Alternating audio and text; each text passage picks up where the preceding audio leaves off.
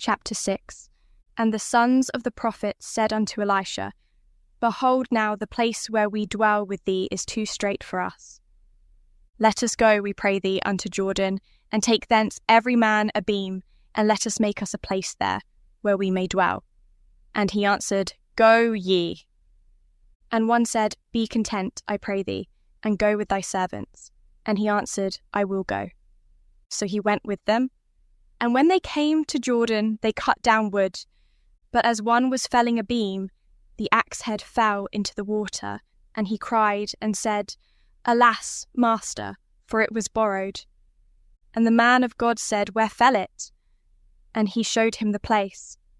And he cut down a stick, and cast it in thither, and the iron did swim. Therefore said he, Take it up to thee. And he put out his hand, and took it. Then the king of Syria warred against Israel, and took counsel with his servants, saying, In such and such a place shall be my camp. And the man of God sent unto the king of Israel, saying, Beware that thou pass not such a place, for thither the Syrians are come down. And the king of Israel sent to the place which the man of God told him and warned him of, and saved himself there, not once nor twice.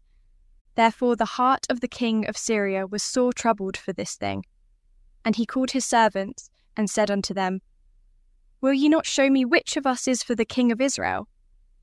And one of his servants said, None, my lord, O king.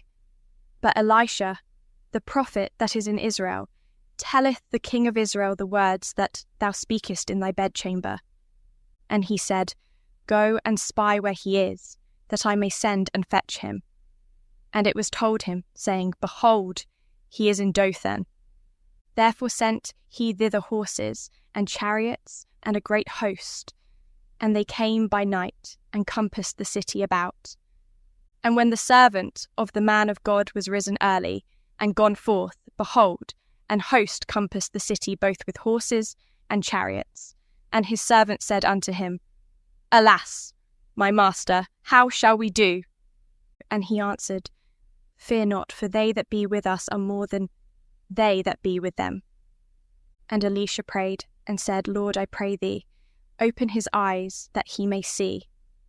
And the Lord opened the eyes of the young man, and he saw, and behold, the mountain was full of horses and chariots of fire round about Elisha. And when they came down to him, Elisha prayed unto the Lord, and said, Smite this people, I pray thee, with blindness. And he smote them with blindness according to the word of Elisha. And Elisha said unto them, This is not the way, neither is this the city. Follow me, and I will bring you to the man whom ye seek. But he led them to Samaria. And it came to pass, when they were come into Samaria, that Elisha said, Lord, open the eyes of these men, that they may see.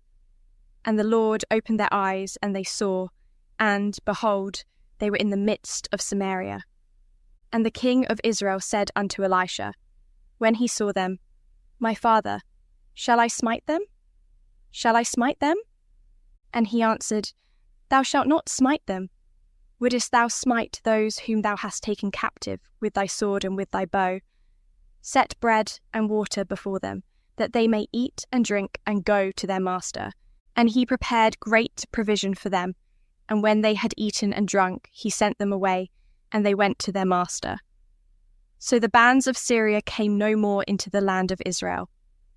And it came to pass after this, that Benhadad king of Syria gathered all his host, and went up, and besieged Samaria.